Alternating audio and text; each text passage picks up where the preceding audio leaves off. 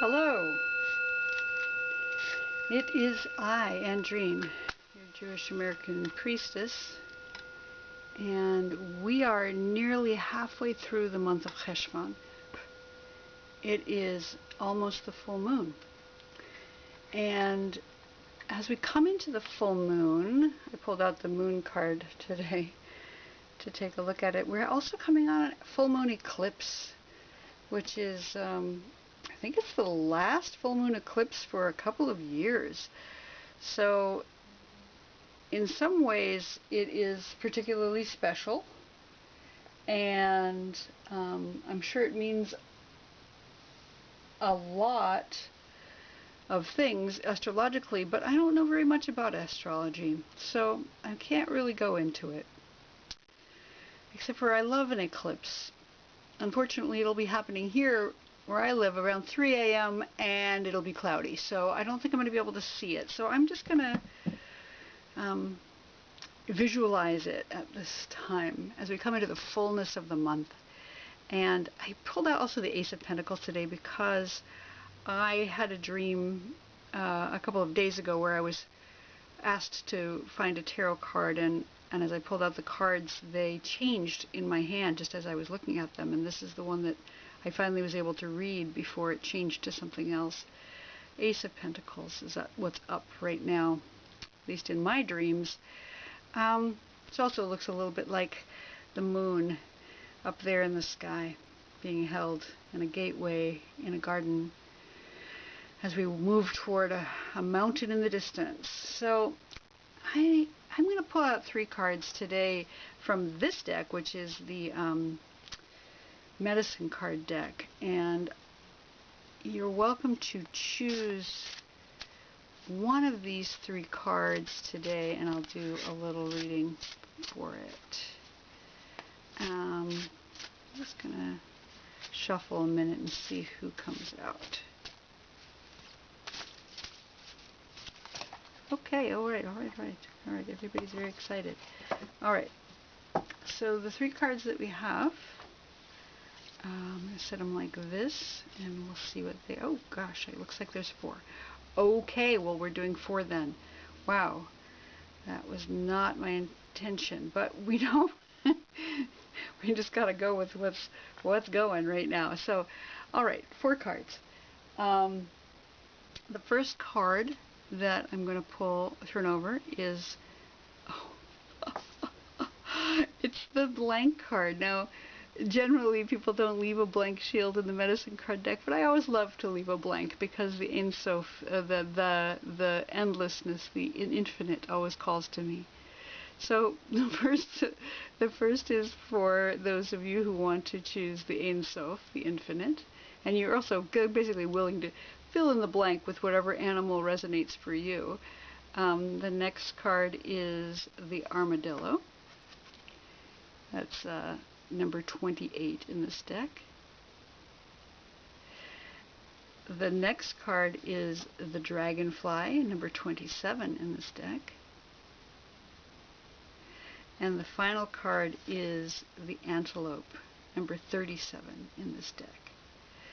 So take a moment to look at these cards and see which one is the one that wants your attention today as we come into the full moon of Cheshvan, this moon of stillness, this eclipse that is coming upon us. And I will try to put the timestamps below, and we'll do a smallish reading for each of these.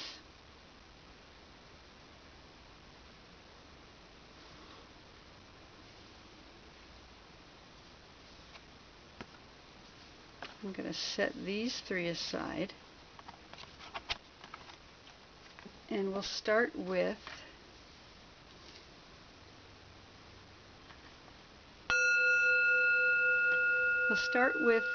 the blank shield. And as I said, in this deck they give you some blank shields so that you are welcome to fill out any animals that aren't listed in their deck in their book. But for me, I always choose a blank. In the Hebrunes, in the regular runes, in each of the cards, I like to keep a blank, because it stands to me for that infinite, that without end, the primordial material out of which we have been shaped and created. It can mean all, and it can mean nothing. So for those of you who chose the blank shield, I'm going to lean this up against the candle and hope that it doesn't catch on fire. And I'm just going to pull out 2 Hebrunes today.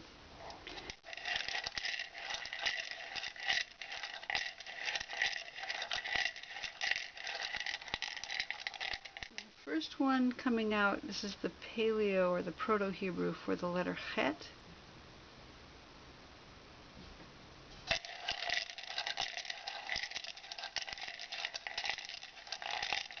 And the second, you got the letter Het and the letter He.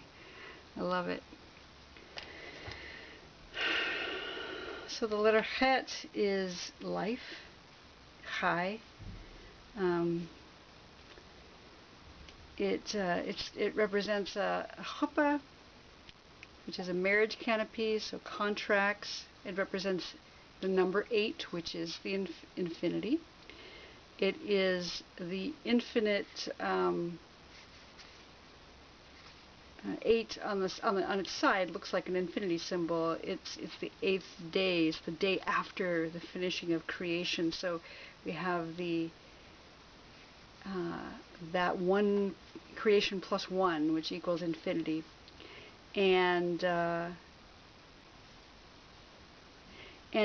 it represents the 8th day after a child is born, where that naming ceremony, or the Brit Milah, the circumcision, takes place. So a covenant with the divine. And again, Chai, life force. It corresponds to the constellation Cancer in the sky, and speech, and the throat in the body. And it can also refer to darkness, Choshech, which is the first use of the letter Het in the Torah is Choshech. So interesting, this is the moon, and this is the darkness that comes across the moon as the earth passes between the sun and the moon in our eclipse coming up on, for us, Tuesday, or say Tuesday morning, so Monday night.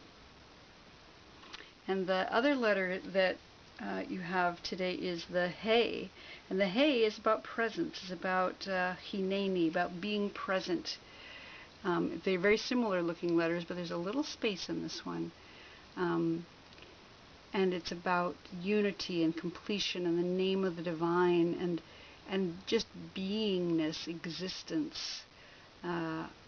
It refers to the name Havaya, which is one of the names of God, meaning presence. It means being, it means existing, becoming.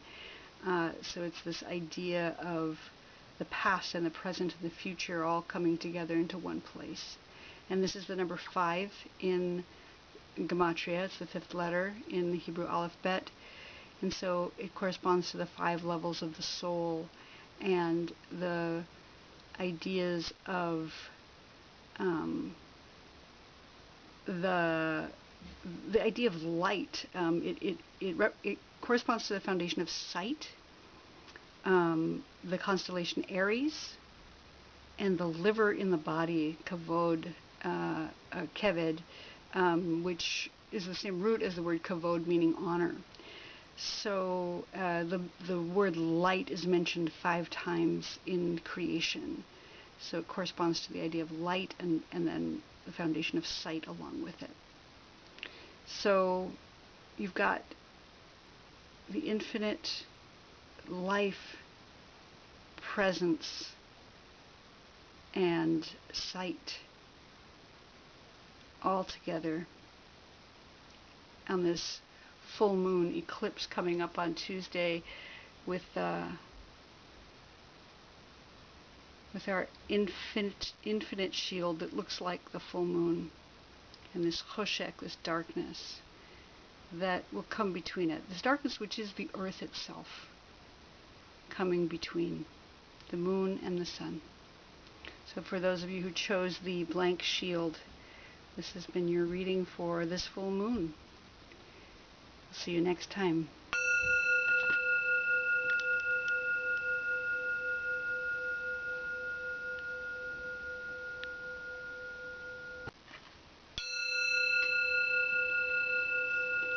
Okay, for those of you who chose the Armadillo card, that is number 28, and I believe it's about protection. I'm going to go ahead and look in the book though, because I want to make sure that I'm being accurate, and these are not cards that I am as familiar with. Boundaries, yeah. So Armadillo is about boundaries. It's about that armor that we use to protect ourselves from, whatever we need to protect ourselves. So setting ourselves up for success by having healthy boundaries to shield us from whatever it is that's coming at us. And they don't necessarily have to be an armor, but if we set ourselves up with healthy boundaries, then we don't have to get angry at ourselves for letting people in where they just don't belong. So, boundaries. And I'm going to pull out 2 Hebrunes today.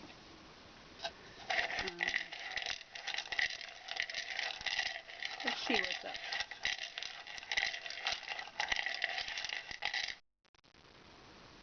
Shin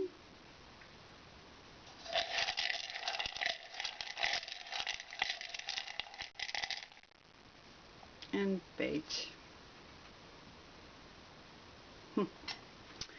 Okay. So as we come into this full moon eclipse, Shin is the letter that it means fire. So it's got that sh sound. Aish means fire, and it has to do with the fires in the sky, the sun and the moon and the stars, and the eclipse is the sun and the moon and the earth right between it. So here we have this fire that's up right now. It has 3 yuds and 4 vavs in it, so many instances of the drops and connections of divinity. The letter Shin begins the word Shalom, which means wholeness, and Shekhinah, which is the indwelling presence of the divine in us. And it connects to our inner fire, and also the direction above in creation. It is one of the mother letters, and it also corresponds to the head in the body, where there's that fire and passion and thought, I guess, fiery thoughts, maybe even anger. And like I said, if we haven't got good boundaries with Armadillo here, we may be angry at ourselves for not protecting ourselves as we need to.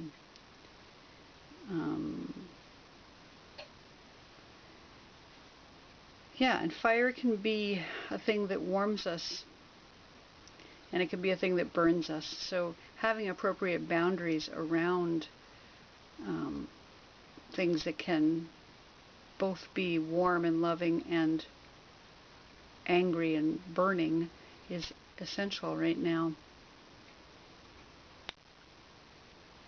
Our other letter is Beit, and Beit is a house. It's about the home. It's about, you can see this is the Proto-Hebrew. It's got the floor plan of a house, and it has boundaries. I mean, it is the edges. So the house is where we dwell, wherever that is, and it can be any kind of building. Could be a school or a place of business or a home, but it can also be our bodies. Our bodies are the home of our soul. And so at this time, it may be important to really tune into your body, to protect your body and nurture it, to have good boundaries around your body, whatever that looks like for you.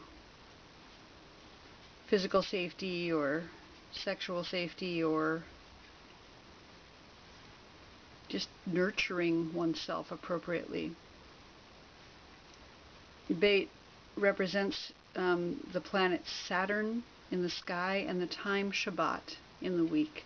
And Shabbat is about resting. And here we have the letters Shin and Beit, which together become part of Shabbat.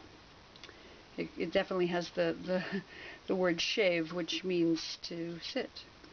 And Beit is the house, so to sit in one's house, to sit and rest in one's home.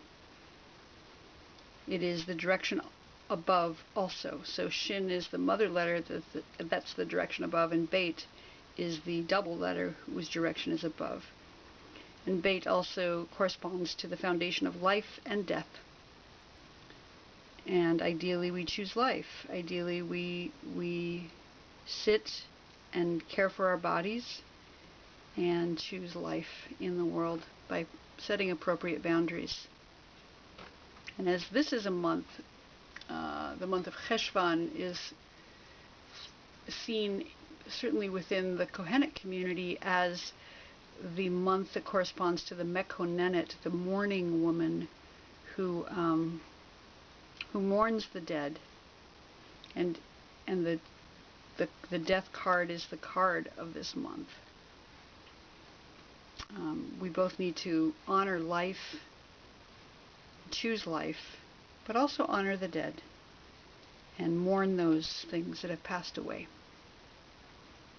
So for those of you who chose the armadillo and the boundaries, beware of fire, use it appropriately, but protect yourself and take care of your body this month to this coming full moon eclipse. Be aware of what's above you, what's above in the sky, the moon, the sun, and us in between, that heavenly body that's passing between the moon and the sun this coming Monday night, Tuesday morning. If you're able to see the eclipse wherever you are, please do go outside and see if you can catch a glimpse of it, because it's the last one until 2025. And for those of you who chose the armadillo today, that is your Hebrew reading. We'll see you next time.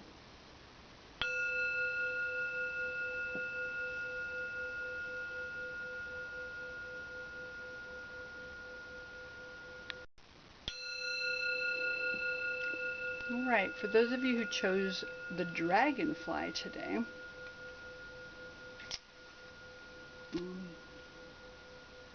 they're an interesting animal. In the medicine cards book, it says the dragonfly corresponds to illusion.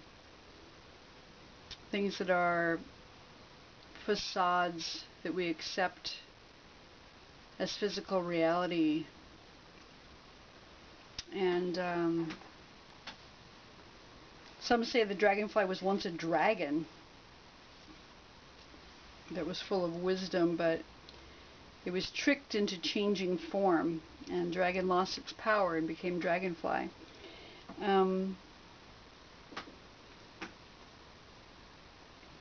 It says that the dragonfly may be asking us to break down our illusions,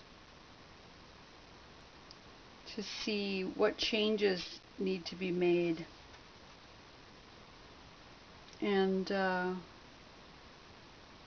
open up the pathway to transformation. So we're going to pull out 2 Hebrunes today to clarify what kind of illusions or transformations maybe are coming for you this this full moon eclipse that's coming up on Monday night, Tuesday morning. I mean, eclipses themselves are sort of illusions. Seems like and I think in ancient peoples, some tribes were afraid that the moon was being eaten by a dragon, I think, in fact, and then it would come back. So it was an illusion all along. So let's pull out 2 Hebrunes today.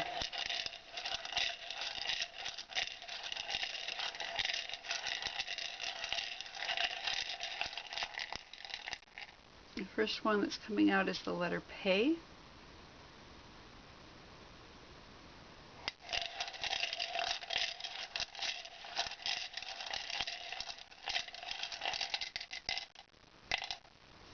And the second is the letter Bet. Now that's interesting. The letter Pe is a mouth. So as we speak about dragons eating moons, here's the mouth. And it is the mouth, traditionally seen as the mouth of the divine as they're speaking creation into existence. And it is the number 80 in Gematria. So it is the number 8 times 10, 8 being the number that represents infinity, and anything times 10 is its ultimate manifestation. So it's this ultimate manifestation of infinity. And it's a spiral that kind of circles in and spirals out. But it's about speech. It's about divine speech in the form of creation. But also speech being that which separates us from the animals, that we can speak so articulately, and maybe not always to the best effect, but we have a lot of words, let's just say, and we can use our words to also create our world, to create things, to speak for good in the world. Pe is the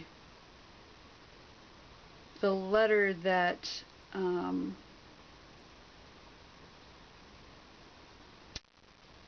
corresponds to the constellation Venus in the sky and the day Wednesday in the week.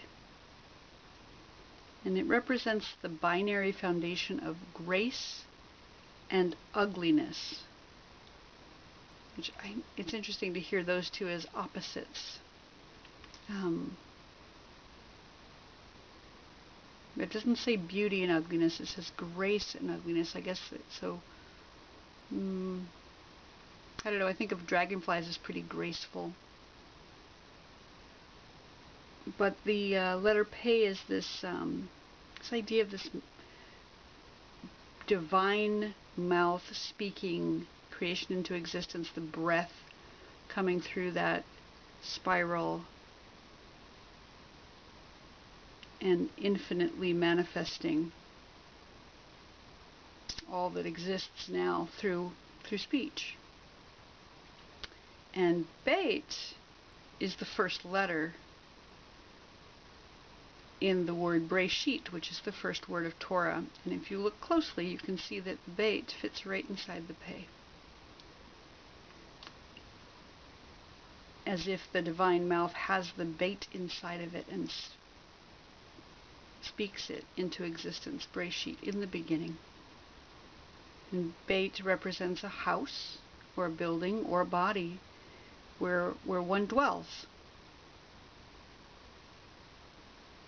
And it represents the day Shabbat in the week, and the binary foundation of life and death. So we have grace and ugliness and life and death. And how does that manifest for illusion for us? What is it we're speaking into the world right now?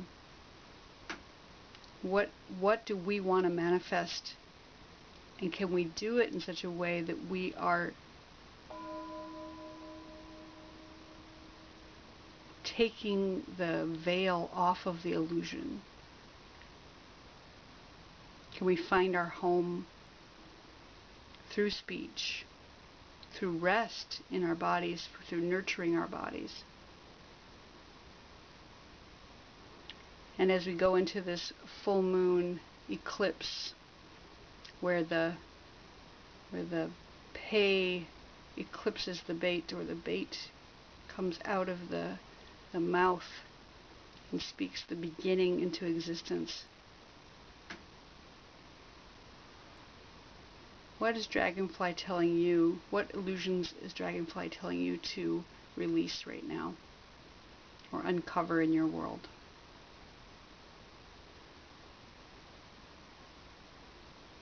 Maybe cleaning up our speech so it is more full of divinity. That maybe we can let the divine breath speak through us in some way to bring more clarity and less illusion into the world, with grace and beauty. And bait being the foundation of life and death, and Cheshvan being the month that represents the death card in the tarot. I have it here. It's about transformation. People get frightened by the death card, but in fact it's just about transformation. And Dragonfly also is about transformation.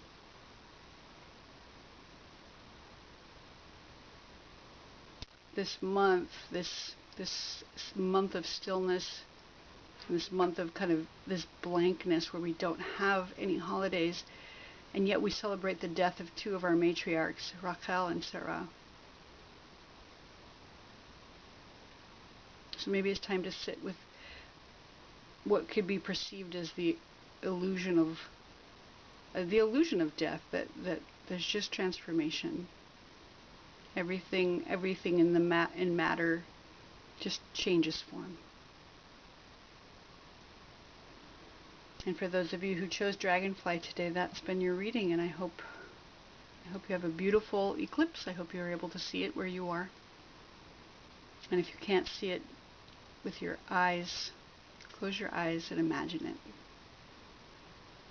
Because whether you can see it through the clouds or in your sleep, it's happening. We'll see you next time.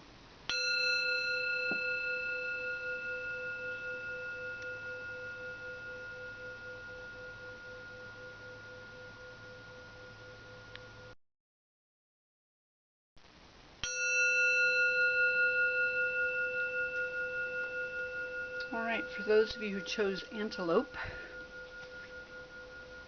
like I said, that's number 37. I'm going to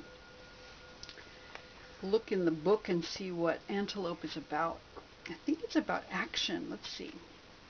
I am correct. It's about action. Antelope is the animal who encouraged early humans to eat it, so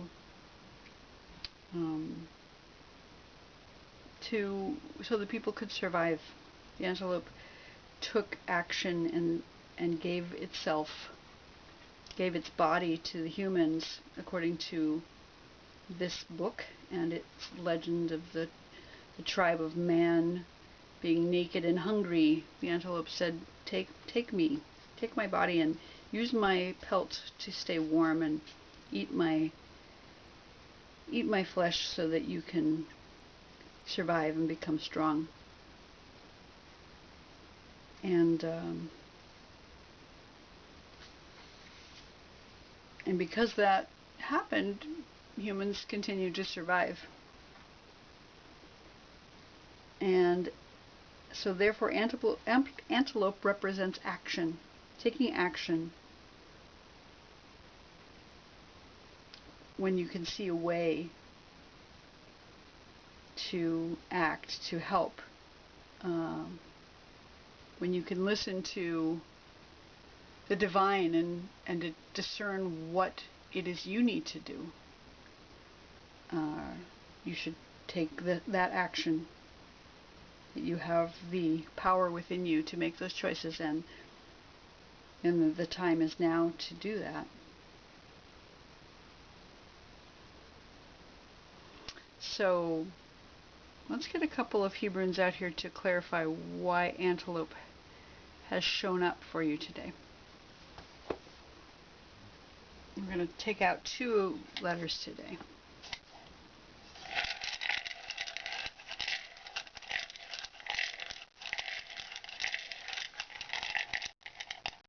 The first letter coming out is the letter Lamed.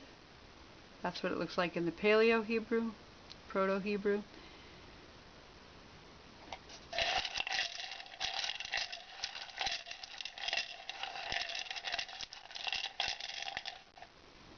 And the second letter coming out is the letter Tet. And so the letter Lamed is the one letter that reaches above the line in Hebrew. It's the tallest of the letters, and it is said that it is reaching up for connection with divinity. That it is the letter that begins the word Lev, which means heart. And that heart longing for elevation, to reach divinity. It is the letter that also corresponds to learning and teaching, both. Maybe learning and teaching by looking at the earth, or observing nature, by exploring the soul through prayer and meditation. It corresponds to the constellation Libra in the sky and the month of Tishrei in time. That's the month that just passed. And it has to do with, get this, the foundation of action. So it's exactly the same message as Antelope. It's action in the world and intestines in the body.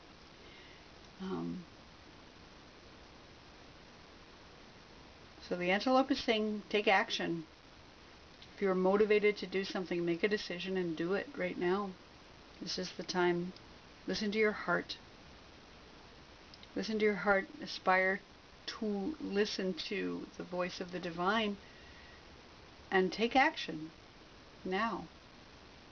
You've got action here twice in this reading, so whatever it is that you're contemplating doing, I think it's a pretty clear message that you should do that. I can't guess what that might be for you, but some message is coming through strongly for those of you who chose Antelope today. The second letter in your reading is the letter Tet, and it is a container. It's a cup or a basket or a womb, some kind of vessel. It is the number 9 in Gematria, and it corresponds to the 9 months of gestation in the human body. If you see it as a womb. And it's the first letter of the word Tov, which means good. So it represents the good within a thing. There's something good gestating right now, and it hides goodness within it. It has to do with renewal and rebirth. It has to do with the constellation Leo, the lion, I guess, and the month of Av, and the foundation of taste. How interesting that that's the foundation of taste, when the antelope was the one who said, go ahead and eat my body in order to survive. I will be renewed. And I think that's interesting because, you know, it seems, I don't know, from the perspective of I guess a white person in the Western world that an animal would sacrifice itself to, die in order to sustain a human. But in the big picture of things, the antelope continues to live if it understands that it has become now that human, and if that human lives a good life, then the antelope continues to live on in that goodness, in that tov.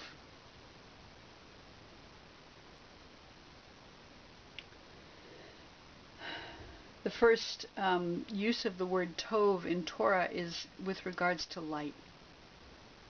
That the light was good.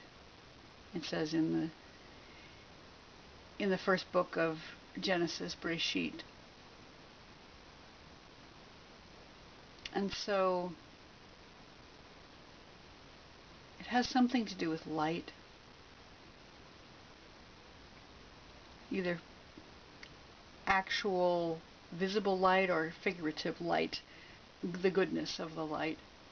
And as we come into this full moon eclipse, where the light goes away for a time and then comes back in its fullness in just a few short hours, I think there's something about that too. Not unlike the antelope giving up its life for the life of a human.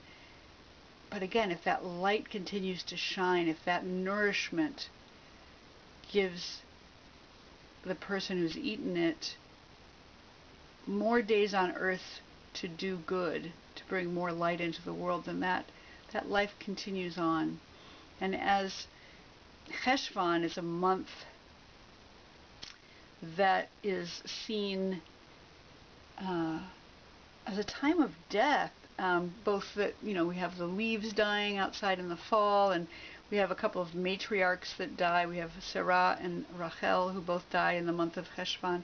The whole world is flooded in the month of Cheshvan, and the death card is what corresponds to the month of Cheshvan. It is transformation, though. It's not a permanent death. It is a changing of matter from one state to another. And you can see the light coming up in the distance here in the death card.